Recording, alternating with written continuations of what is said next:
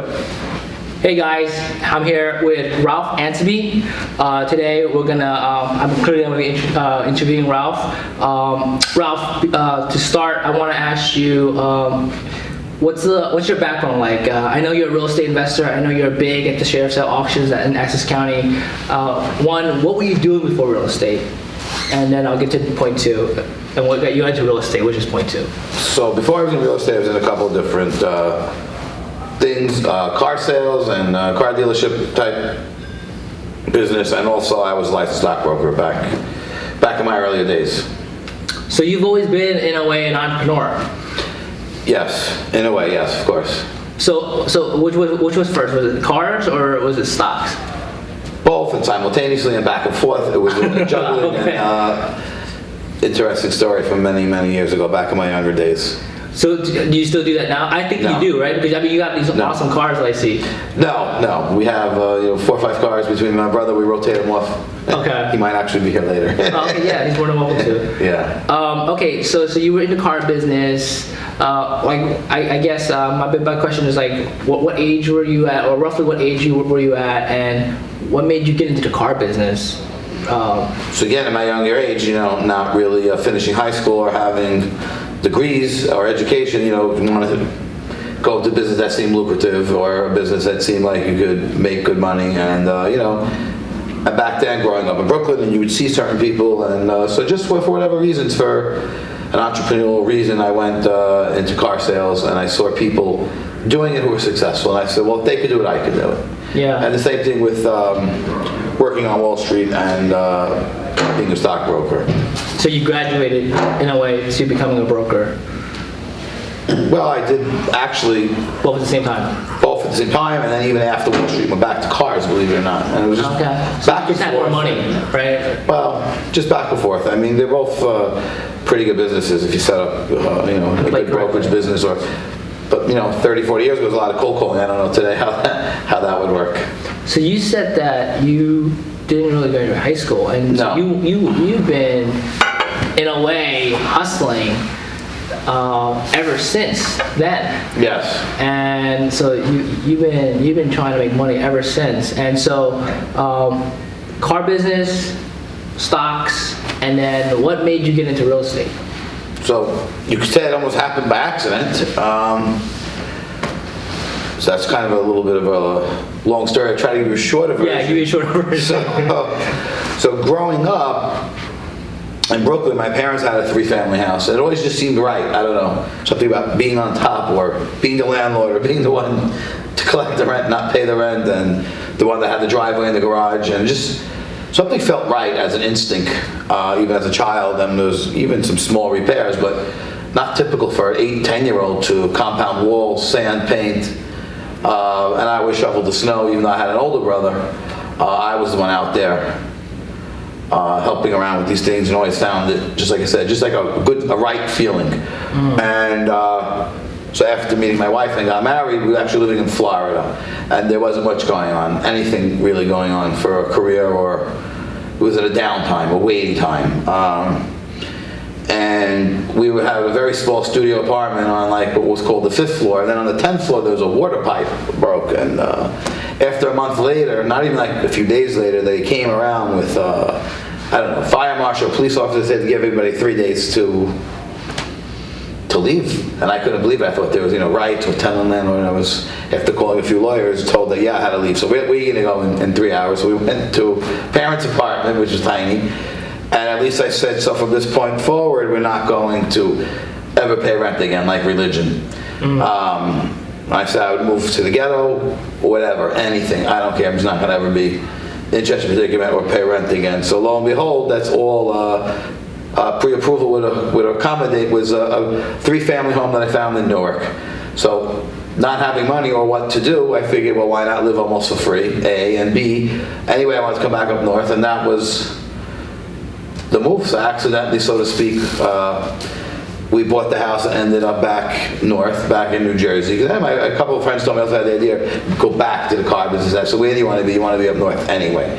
So after moving in, and again, it just seemed right with the 2 tenants paying the rent, even though the neighborhood was a little not as good as it was growing up, or what, I wouldn't say what I was expecting. I knew what I was expecting, but but even in a little bit challenging environment, it's still pretty simple. The rule of life: you want to stay, you have to pay, and everything was moving and going along. So we were in the process of looking at a business to buy, and we found what we thought would be our next endeavor was a restaurant for sale in Montclair, and we actually had the certified check made to the lawyer, and we were going to start the due diligence period. But again, I felt before we even started the due diligence period, it felt like a little, if you want to say raped, or when you lease a car and return it, I don't know. It's just, again, the feeling wasn't right. Right. So before I mentioned the feeling that was right, so this was a feeling that wasn't right. So I'm supposed to pay this guy $800,000, which I didn't even have. So $400 up front, and then to pay him off $400. So essentially every month I'm making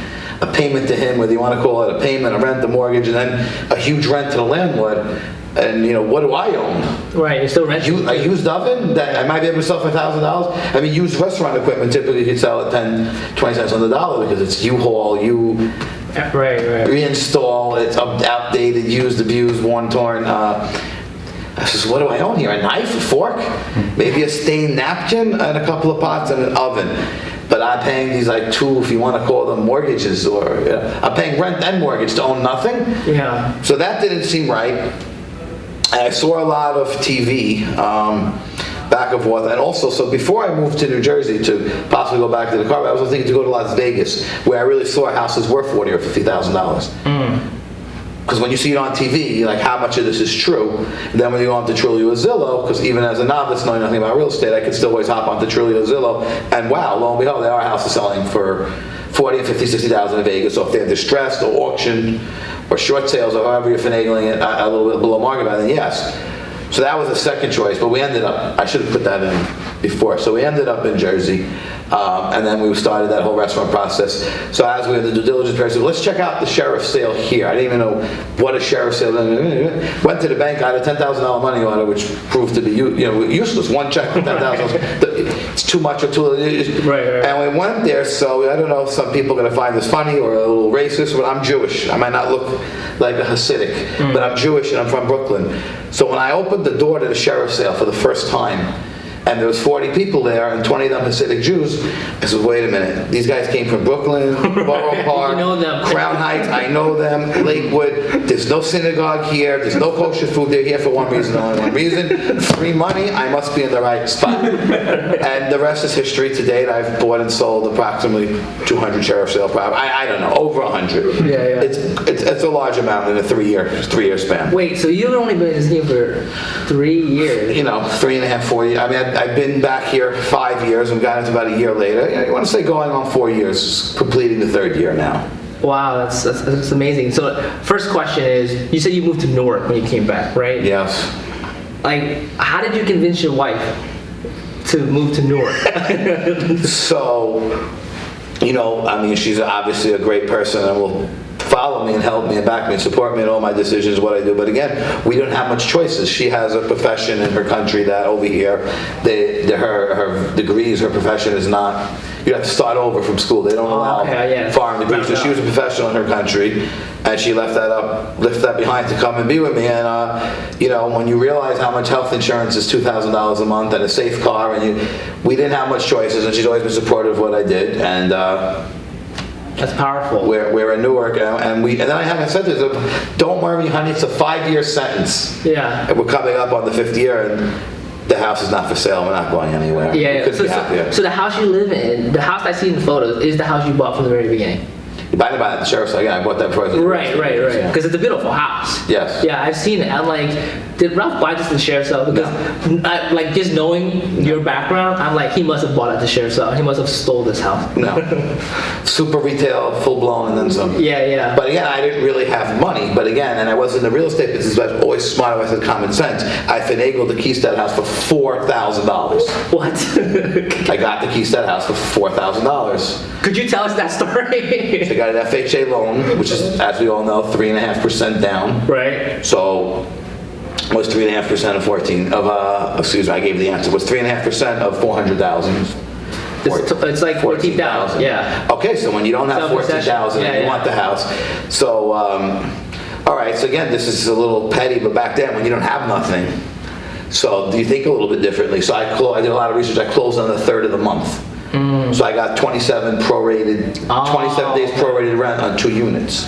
Wow. I got a month and a half security deposit on 2 units. Now, by closing on the 3rd of the month, you allue a mortgage payment for 57 days. I collected another round of rent. Then there was a repair that I alleged wasn't made properly to my standard, and the homeowner took $500 in cash out at the closing and gave it to me. All in all, if you add up the numbers, it was about $4,000 I took out. Wow, that's amazing. To get the keys to that monster 4,000 square foot. Yeah, How much is that per square foot? Yeah. A monster house. So wow, that's a great. And everything is new, but still we ripped out kitchen and baths. Right. Put in some marble and even upgrade. But I'm pretty sure you occupy the whole 4,000 square foot. No, that's no. still. Oh, no. Oh, you don't want to make the payments, right? No, I don't want to make the payments. I don't need the room. We have a huge apartment. Yeah, no, I've seen the picture. Yeah, It's no, I don't want to make payments. So that's another thing. If you go and you leave Newark and you go get a single family home, so $4,000 or $5,000 a month is a minimum, and that's all fine for most of life. But what about if you burn out or just something goes wrong? Right. It's just not there. So being a person with ADD, severe, and anxiety and panic, so for a normal person you wouldn't think about it, but for me, doesn't matter how well I'm doing. You know yourself. I'm always going to be right. It's always going to give me anxiety and panic to have a mortgage payment. So, and then there are taxes. So even I feel more comfortable with a 3-family home with a mortgage, because with the tenants, even with taxes and a mortgage, and you're still putting in little to nothing, depending if you want to, refinance, cash out. I still have PMI. That's a long story, but. So I have ADD.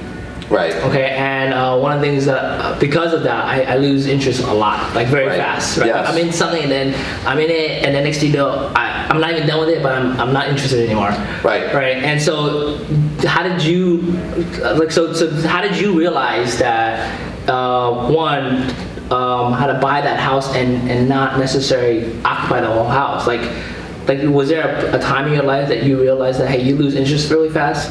Or did you get diagnosed and No, I'm just well self-diagnosed. Okay. So you realized that, and because you realized that, you now made your environment work based on who you are. Right. Right? Pretty much.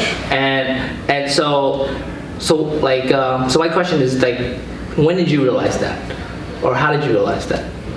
I don't know, it's just something I guess you have to live with your whole life, since there's no cures, or even if you want to be medicated or I never tried that route. I wouldn't, So it wasn't something like that happened that was like No. You just realized it one day and then you came up with a way to deal with it. Okay. Yeah. No, because even my son, he's autistic and he's also has ADHD, but I am the same way, and being that I was like that, and I figured out how to realize myself, and I made my reality work for me. I know how to share with him, and I have, and so he stepped out of being in that state at a really young age. That's good. Yeah, so I didn't know if you know, because, but yeah, so that's why. What's up with them? Yeah. I just wanted to ask that. Okay, so next question is, so you're now at this house, you're gonna buy this restaurant, but you made the check, you got the money order and all that stuff together, but you want to go to the sheriff's sale. The sheriff's sale is not where you start, Ralph. Right, but you didn't know either, right? No. So one thing right off the bat, again, not having a real estate background, but having a common sense background. Okay, yeah. Spirit. So the sheriff sales are the highest level 100%. in the real estate game. Times 10 to this 18th power on steroids. Yeah. Okay, so but if he could do it or she could do it, I had that attitude that I could do it, and it's the same attitude I had as an 18-year-old high school dropout that passed my Series 7, 63 and 24. And I was a registered principal in the securities industry. So with that determination, you gave it a shot. I learned, and I gave it a shot, because again, it's just, if you're in real estate, a short sale, you can go in, you could see the house, if it's occupied, not occupied. I mean, the sheriff's sale, you're paying for that house in 3 or 4 seconds, hundreds of thousands of dollars, and you've never been inside, you don't know who or what is inside. Forget about the condition. Yeah. It's also the who. The who. The who or the what. So I just figured, if I'm going to go into real estate, well, what am I going to do? I'm already 45. I'm already a middle-aged man and didn't do anything with my life. So what am I going to do now? What? Do I buy a short sale and get one a year, or buy one, live in it, rent it, renovate it? I got to put together fast and at the highest level. So you just bought? I just bought, and then I figured out some other So you as bought- you mature, sources of funding and mortgages and bank mortgages, and I kept some multifamily homes and got my money back through a mortgage, and that freed up my liquidity to use it again for the next one. I'll give you a second. So, first deal, I know that you have the confidence, I know that you can figure it out, but was it scary? So the first deal, I call it Section 24. Okay. That could have made or break my endeavor. Made or broke my endeavor. Because first of all, when you go buy something for a couple $100,000, if it was a flop, houses that I've actually lost money on, and other, trade secrets or stuff that you learn as doing it for years. Like I couldn't sit here and tell everybody everything. Go get your own 10 million, figure it out, and lose half of it, make some of it, blah blah blah. But anyway, without getting too into that, so if the first house, so now a mistake could cost me less, or I have ways. Yeah, you're next. But back then, when I had nothing and I was half my net worth, if the house was a bomb. So I might not have been in the business. I might have been out of the business in my first house. Right. So if you want to say, thank God, thank gold, or some dumb luck, I'm open to anyone's, So you were scared? But no, by dumb luck, I got a good house. Wow. The first purchase I made. It was a new construction, 3-family. It was too good to be true, actually. This doesn't exist. Yeah. All 3 apartments were vacant, and nothing was vandalized, damaged, broken, or nothing. Wait, it wasn't even vandalized? Nothing was vandalized, broken, missing. But you didn't even know that until after. Until after I bought it, of course. You just bought. Yeah. You just bought, and you probably got it for like 150. No, it was 226. I still have the house. That's still good. No, that's a great price. 3 years ago.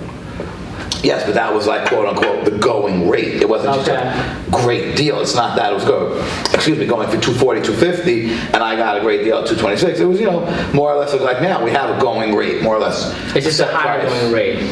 And then it just kept going up as the values kept going up. Then obviously the prices and the auctions kept going up. It's not like it used to be anymore. So there's a few houses each week. There's too many people.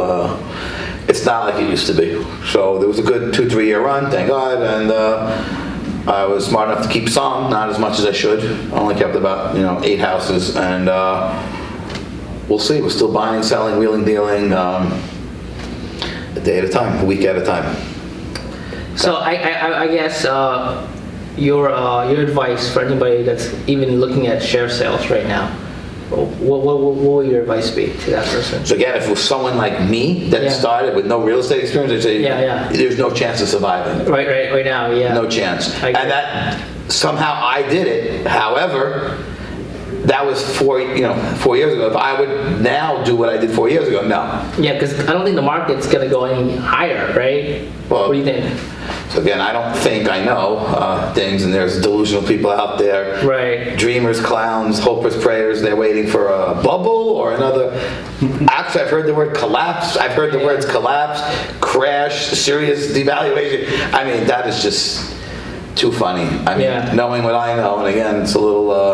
inside, who's buying and why and from where, and then there's a lot of movements. There's church organizations. There's your real estate Mondays. There's government programs. There's financing. There's buy the block back. There's all investors from Brooklyn and Jewish communities all fighting for these same parcels. Few houses left that are 12, 15 miles from New York City, Jersey City. It's all over this, that, and that. So prices, population.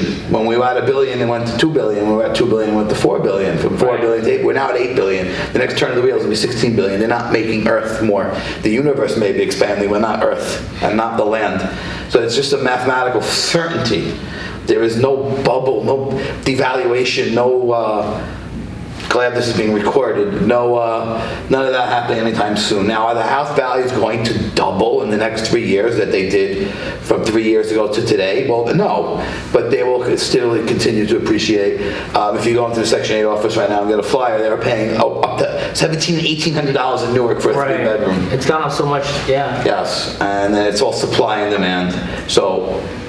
I don't know about the rest of the world. I really don't care. I'm telling you, in Essex County and Newark, Irvington, East Orange, those who are waiting to the prices to go down, good stay out behind the door. There's less competition. And you wait. I agree with you. I agree with what you're saying. I actually don't think the market's gonna pop either. But it is a period of uncertainty all over the world. So again, that's one thing I'm certain of and confident is what's going to happen to these prices here over the next 5 and 10 years. Oh, that's awesome. That's awesome. So, so outside of sheriff sales, are you back in the restaurant business or the car business at all? No, hell no. No, you just doing real estate now. That's it. It's more than a full-time commitment. I mean, we have 3 or 4 people working, and we just can't. You just can't do it. You can't. That's not including contractors, painters. I'm just talking about. So I mean, then that So we have a couple crews, couple contracting crews, 3, 4 different. We have a couple of just like handymen who do smaller jobs. Of course, there's the realtor, my mother, the lawyer. But we actually have 3, 4 people that work for us, like work for us on a day-to-day basis. So you were saying that you have ADHD or you have attention deficit disorder. So again, so what is it about real estate that made you stick with it, do you think? So that's good, right? Because you could, like you said, get super easily deterred, and as you're halfway through, like you said, you start something, you don't finish it, and you're already on to the next thing.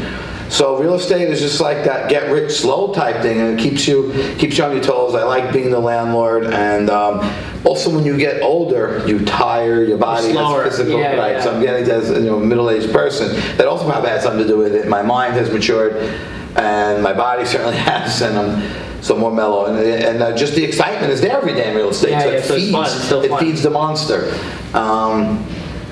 That's a lot of things the young people don't realize or want to get rich slow and this and that, all these dreams and delusions, and most people end up working, for peanuts their whole life. 95% of the population is working for, $80,000 and under. And most people, the first piece of real estate to own is their grave, and that's pretty pathetic.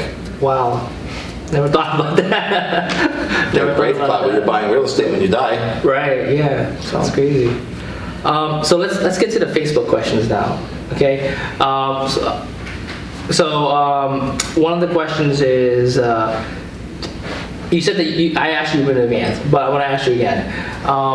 You said that. So one of the questions is, what's your favorite books, if any? Never read a book. You never read a book? From cover to cover? Yeah. No, not even a cover. Just begin. So I read half of Jordan Belfort's book. Oh, Jordan Belfort's book. Wow. Okay. So that book. His first book. Who's that? That's right. That's a recent book. Right. Ask him. Check who that is. After he got released from prison, he wrote 2 books because his cellmate was actually Chong from Cheech and Chong. Yeah. And Jordan was telling his stories to him, which were real stories, but Chong said that they're so funny that he should write a book. So he went home and he wrote a book, The Wolf of Wall Street, and he wrote his second book, Catching the Wolf of Wall Street. And these were written about 10 years ago, not so new. Next question is, what's your, my next question is, what's the next question? What's your greatest challenge to date, and how'd you overcome it, do you think? Greatest challenge to date, again, just dealing with a lot of up and downs in life and the ADD and finding something that I stuck with, and now going into 4 years, not planning to leave, and it was enough to hold my attention and keep me motivated and keep me grounded. And all right, that's it. I think that's good. Let's end with that. All right, Ralph, thanks so much. Thanks, Nick. All right, good job. Thanks, guys.